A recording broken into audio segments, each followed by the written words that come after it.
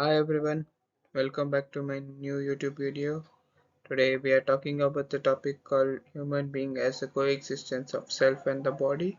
This is based on our engineering model, that is the universal human value. Myself Darshanar, welcome to my YouTube channel Darshanartha Edu. Today we are gonna talk about the topic of coexistence of self and the body. In the further module, we are gonna explore what is the coexistence of self and the body. In this coexistence of self and the body, we are gonna see the contents of introduction, self and the body, needs of body and self, need of self, activities in the self and the body, activities that occur only in the self, the activities happening with the involvement of body self and the body, and the summary of the content. In the further modules, you're gonna see what are the self, what is the body, what are the activities done by self and the body in their coexistence. Now, let's just talk about the introduction of the coexistence of self and the body.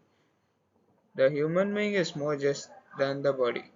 In fact, human being is a coexistence of self and the body. There is a need of understanding of a human being, not only the human body, but also the content of the self, which acts as the observer or the user body. Okay, body is a physical appearance with a particular structure and a feature, whereas self is the aliveness of a person, that is the entity that keeps the body intact. Okay, body, which is the structure. If you see a person, you tell him short, he's tall, he's short, he's fat, he's slim. This is the outer structure of a body, but the aliveness is inside the person. Like he might be emotionally weak, emotionally strong, is confident, is not confident. This all the thing comes under the self. Now let's just understand what is self and the body. These are the different in terms for their needs. Needs of the body are the physical in nature. However, the needs of the self are not physically in nature.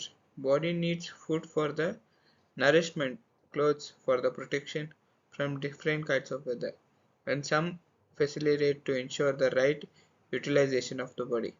This can be categorized as physical facility or the suvidha. Self. Self needs the respect, happiness, trust, etc. Thus, the need of the self is to live in the state of continuous happiness. Now, let's just talk about the need of a body and the self. The need of the body are the quantitative one, can quantify the requirements of the body like clothing, shoes, food, rooms, etc. building. Only the which satisfies a body.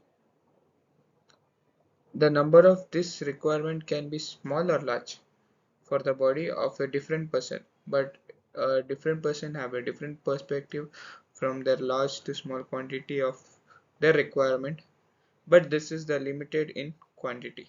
Thus, all the physical facilities are needed in limited quantity. This can be verified by making a list of things one uses and sees if anything in the list is such need of the body that is required in unlimited quantity. It is thus evident that the physical facilities are essential in the beginning, but there is a continuous usage of consumption becomes unbearable with the passage of time.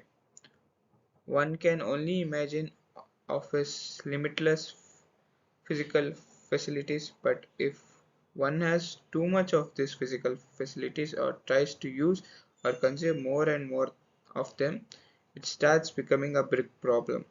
For example, if one likes a specific type of bike, then a gift of 10 such bikes from someone will become a troublesome.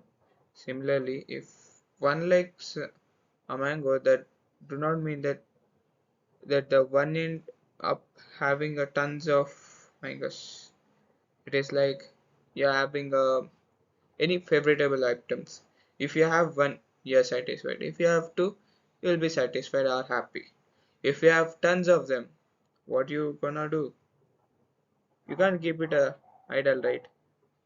So this gives the conclusion that body needs a physical facility in a restricted quantity.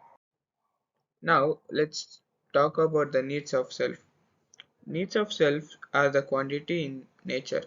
Our feeling like happiness, respect, affections are the qualitative and not the quantitative.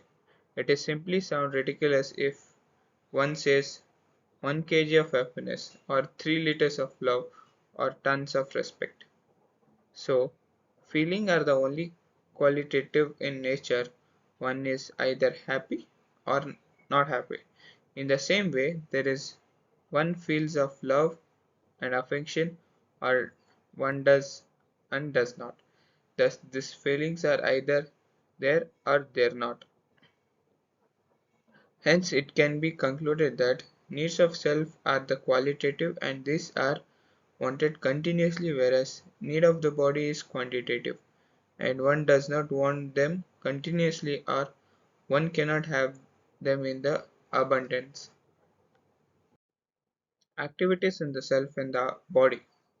In the earlier discussion, how the throne light on the needs of the body and self. Now, discussing will be carried on the activity in the self and the body to have the further insight into the difference in the concept of self and the body. In our daily life, various activities are carried out. This activity can be broadly classified as activities that occurs only in life or the self, activities that occur with the involvement of both self and the body, the activity that occurs only in the body with the consent of the self,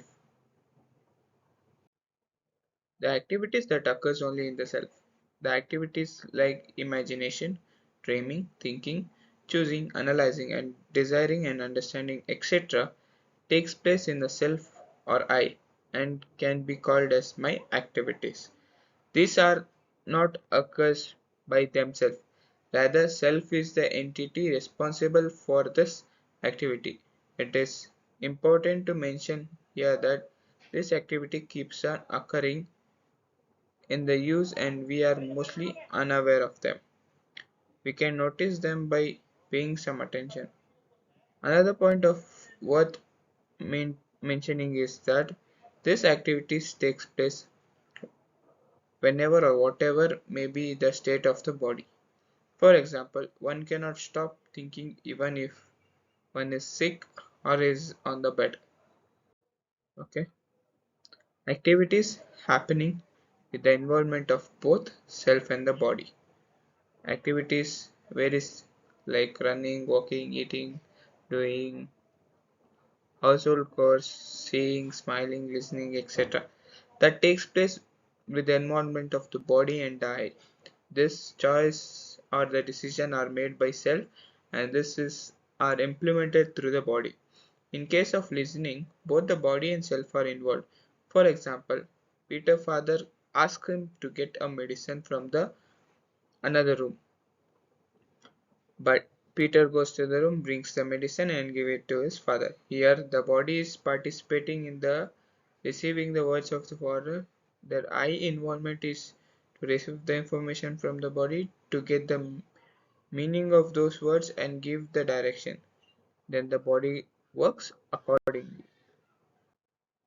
Now, we have come to the conclusion of the coexistence with the body and the self. Let's go through this module that human being is more than just a body. There is a need of understanding a human being is not only as human body but also as the concept of self which acts as the observer or the user of the body. Body is the physical appearance with a particular structure and feature, whereas self is the aliveness of a person, that is the entity that keeps the body.